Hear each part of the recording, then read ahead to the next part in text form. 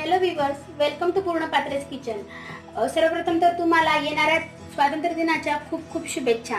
आज आपण तुम्हाला फोटोमध्ये दिसतेच आहे तशी तिरंगा बर्फी बनवणार आहोत मैद्यापासून। चला तर आपण आता रेसिपीकडे वळूया। सर्वप्रथम आपण पॅन मध्ये हाफ कप एवढा साजूक तूप घालणार आहोत। फ्रेंड्स, कुठलाही एक बाउल घ्यायचं आहे मेजरमेंट साठी आपल्याला इथे, आणि मग त्याने सर्व माप घ्यायचं आहे। म्हणजे हा एक बाउल म्हणजे एक कप, देन हाफ कप आपण इथे तूप घेतलेला आहे। तूप छान विरघळलं की त्यामध्ये आपण मैदा घालणार आहोत। हे बघा, एक कप एवढा मैदा घेतलेला आहे। आणि आता आपल्याला लो फ्लेम वरती मैदा छान कलर चेंज होईपर्यंत आणि छानपैकी त्याचा अरोमा म्हणजे वास येईपर्यंत छानपैकी आपल्याला याला परतून घ्यायचं आहे। याला आधी हलकोवा किंवा पलकोवा अशी बर्फी म्हणायची। आपण याला छान आता परतून घेऊया। याचा कच्चेपणा जायला साधारण लो फ्लेम वरती 8 ते 10 मिनिट लागतातच। अशा पद्धतीने छान याला मिक्स करत करत कच्चेपणा पण गेला पाहिजे आणि थोडासा कलरही चेंज झाला पाहिजे। फ्रेंड्स, 7 मिनिट झालेले आहे। तुम्ही बघू शकता थोडासा कलरही चेंज झालाय आणि त्याचबरोबर तूप पण सोडायला लागलाय आपला मैदा।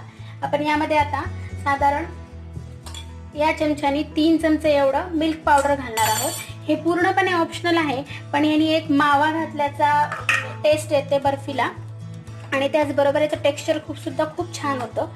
आणि आता आपण अजून 2 ते 3 मिनिट होऊ देऊया लो फ्लेम वरतीच। 10 मिनिट झालेले आहेत। आपण आता गॅस बंद करूया आणि पटकन याला शिफ्ट करून घेऊया, म्हणजे राहिलेलं जे टेम्परेचरने अजून त्याचा कलर चेंज नको व्हायला। आता याला आपल्याला फक्त साधारण 5 ते 10 मिनिट असंच थोडंसं कोमट होऊ द्यायचं आहे। एकदम गरम गरम जर आपण यामध्ये साखर मिक्स केली तर त्यामुळे काय होतं, एकदम पातळ होते बर्फी आपली, ती सेट नाही होत, आणि एकदम थंड झालं तर बर्फी जमाच नाही होणार। त्यामुळे आता आपल्याला याला फक्त कोमट होऊ द्यायचं आहे।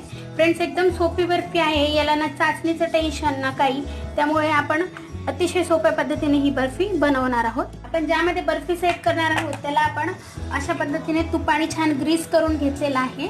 मी साधा हा आपला जो डब्बा असतो शाळेमध्ये नेण्याचा तोच डब्बा घेतलेला आहे मुलांचा।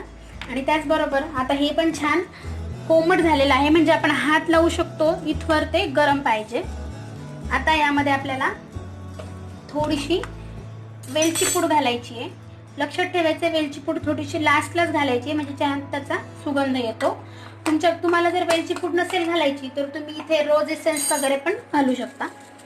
आणि आता आपण इथे 2/3 कप म्हणजेच पाऊण कप, जसं की आपण 1 वाटी मैदा घेतलेला आहे, अर्धा वाटी तूप घेतलेला आहे आणि पाऊण वाटी आपल्याला इथे पिठी साखर घ्यायची आहे। पण ती एकदम नाही घालायची, आपल्याला थोडी थोडी करत यामध्ये मिक्स करत जायचंय, जसं पाहिजे तसं आवडीनुसार।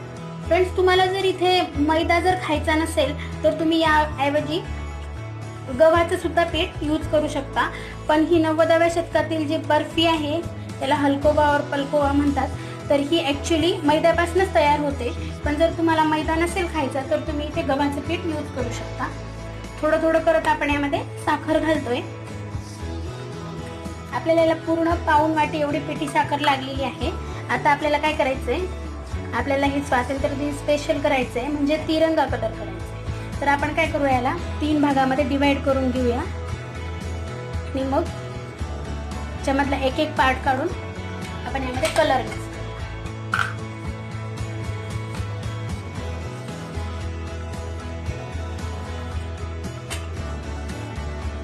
आणि यामध्ये आता आपण एका यामध्ये ऑरेंज कलर घालणार आहोत